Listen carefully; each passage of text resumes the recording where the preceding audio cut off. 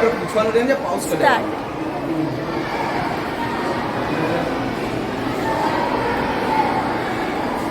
નમસ્કાર દર્શક મિત્રો, આજે સુરત શહેરની સુપ્રસિદ્ધ નામાંકિત શાળા શેખ ગંજી રુસ્તમજી ઉમડીગર મેમોરિયલ શાળામાં જે ગુજરાતી માધ્યમ અને અંગ્રેજી માધ્યમ બંનેની પ્રાથમિક અને માધ્યમિકની જે મહામંત્રી પદની ચૂંટણીનું જે આયોજન કરવામાં આવેલું છે એનું આજે મતદાન થઈ રહ્યું છે. મતદાનમાં જે પણ અંદર ઓફિસરો જે છે, જેમ ગવર્મેન્ટ દ્વારા જે ચૂંટણીનું આયોજન થતું હોય છે એની અંદર જે બધા વ્યવસ્થિત લોકોને મૂકવામાં આવે છે તે જ રીતે અહીંયા વિદ્યાર્થીઓ જ એ પ્રમાણે બધી કાર્યવાહી સંભાળે છે. અહીંયા આગળ ઇલેક્ટ્રોનિક પદ્ધતિથી વીપેટ મશીન અને કંટ્રોલ યુનિટ દ્વારા વિદ્યાર્થીઓને મત આપવાનું કઈ રીતે આપી શકાય એ બતાવવામાં આવે છે. એમ તો આપણા ભારત દેશની અંદર 18 વર્ષે મત આપવાનો અધિકાર હોય છે, પરંતુ આપણી શાળામાં ધોરણ 4 થી તે ધોરણ 12 સુધીના તમામ વિદ્યાર્થીઓને મત આપવાનો અધિકાર આપવામાં આવેલો છે. ધોરણ 4 એટલે કે 10-12 વર્ષના જે છોકરાઓ જે છે એઓ મત આપી શકે છે. અહીંયા આગળ કેટલાક ઉમેદવારો છે એ ઉમેદવારોને પણ જોઈએ. હવે અહીંયા આગળ આપણે બાળકોને પૂછીએ, તમે મત આપો છો, તમને કેવું લાગે છે? સારું લાગે છે? મત આપવાનો અધિકાર કેટલા ઉંમરે હોય છે? 18 પછી હોય છે. અત્યારે તમારી ઉંમર કેટલી છે? 12 વર્ષ. તો તમે કઈ રીતે મત આપ્યો? સ્કૂલમાં. એટલે કઈ રીતે મત આપવાનું? સિક્કા મારીને કે પછી ઇલેક્ટ્રોનિક પદ્ધતિથી? ઇલેક્ટ્રોનિક પદ્ધતિથી. ગમ્યું તમને? બસ, સરસ. તો આ તમે જોયું છે વિદ્યાર્થીઓ દ્વારા એમનો અભિપ્રાય. હવે આપણે કેટલાક ઉમેદવારો પણ અહીંયા છે, એ ઉમેદવારોને પણ આપણે સમજીએ. તમે શામાં ઉમેદવારી કરી છે? મહામંત્રી પદ માટે ઉમેદવારી કરી છે. તમે ઉભા રહે, તમને કેવું લાગ્યું છે? સારું લાગે છે? તમને કંઈક એક્સાઇટ થાય છે કંઈ કે ભાઈ કઈ રીતે ઉભા આપણા લોકસભા અને જે વિધાનસભા ભવનમાં જે ઉભા રહેતા હોય એવું લાગે છે? પ્રચાર એવું કર્યું જ તમે? પ્રચારમાં કઈ રીતે તમને શું લાગ્યું હતું આજના દિવસ માટે? સારું લાગ્યું હતું? ઉભા રહ્યા છે એ બધે તમને કેમ લાગે છે?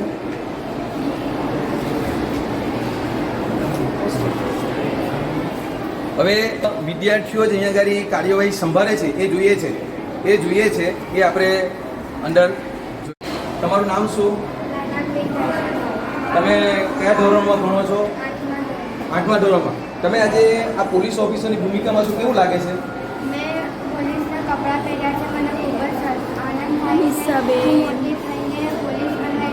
જ્યારે પોલીસ પોતાનું કામ કરે છે ત્યારે મને પણ એવું થાય છે કે હું મોટી થઈને પોલીસના કપડાં પહેરી બધાને લાઈન પ્રમાણે ટ્રાફિકની પોલીસ બનવું, પોલીસ ઓફિસર બનવું. મોટી થઈને મારી બી પોલીસ બનવાની ખૂબ જ ઈચ્છા છે.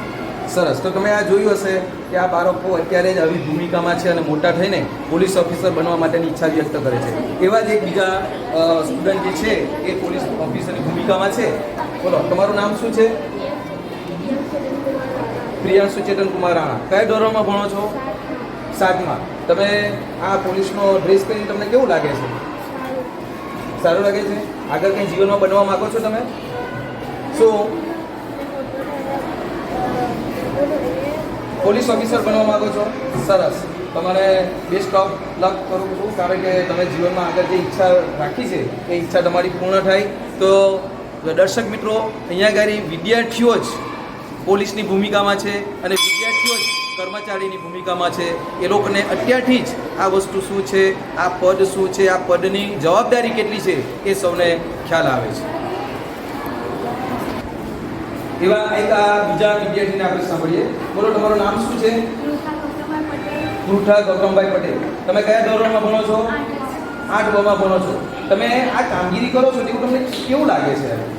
મને એવું થતું મારા માતા પિતા જ્યારે બધા મત આપવા જાય તો કેવું હશે એ બધું જાણતું હતું. આજે મેં આ કામગીરી કરી તો મને ખ્યાલ આવી ગયો આવી રીતે આપવામાં આવે છે.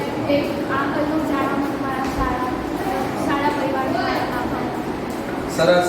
સારા પરિવારનો આભાર માને છે, કારણ કે સારા તરફથી એ જે આવી જવાબદારી મળી છે એ જવાબદારીને આ તમામ વિદ્યાર્થી મિત્રો બહુ સારી રીતે સાંગોપાંગ નિભાવી રહ્યા છે. હા, બોલો, આપનું નામ શું છે? હા, પ્રિન્સ નિકુંજ કુમાર મામખા. કયા ધોરણમાં ભણો છો? હું 8મા ધોરણમાં ભણો છો. તમે શું કામ કરો છો અહીંયા આગળ? હું અહીંયા કંટ્રોલ યુનિટનું કામ કરું છું. અચ્છા, કેમ કંટ્રોલ યુનિટ એટલે શું છે આ? જે કેન્ડિડેટ જે અમાઉન્ટ આપવા જાય હા. હું જ્યાં સુધી ત્યાંથી એક્સેસ ના આપું હા. ત્યાં સુધી બીજો મત નહીં આપું. ત્યાં સુધી બીજો માટે નહીં. મતલબ કે તમારા ઘરથી બધું કંટ્રોલ થાય છે. કોઈ વધારે મત આપી ન શકે. બરાબર છે? તો આ તમને જવાબદારી સોંપી છે એના ઉપર તમને કેવું લાગે છે આ જવાબદારી પર? આ જવાબદારી સોંપીને મને સારું લાગે છે કારણ કે મારા મમ્મી પપ્પા જ્યાં મત આપવા જતા હતા અને આવીને જે વાત કહેતા હતા કે અમે આવું આવું કર્યું તે મને જાણવું હતું કે શું છે તે એના કારણે હું શાળામાં કામગીરી નોંધું છું અને જેના કારણે મારો શાળા બદલ પરિવાર માટે આભાર છે. તો દર્શક મિત્રો, આ વિદ્યાર્થીઓ પોતાની જવાબદારી નિભાવે છે, બહુ સારી રીતે નિભાવે છે અને એમનો લોકોને આનંદ છે.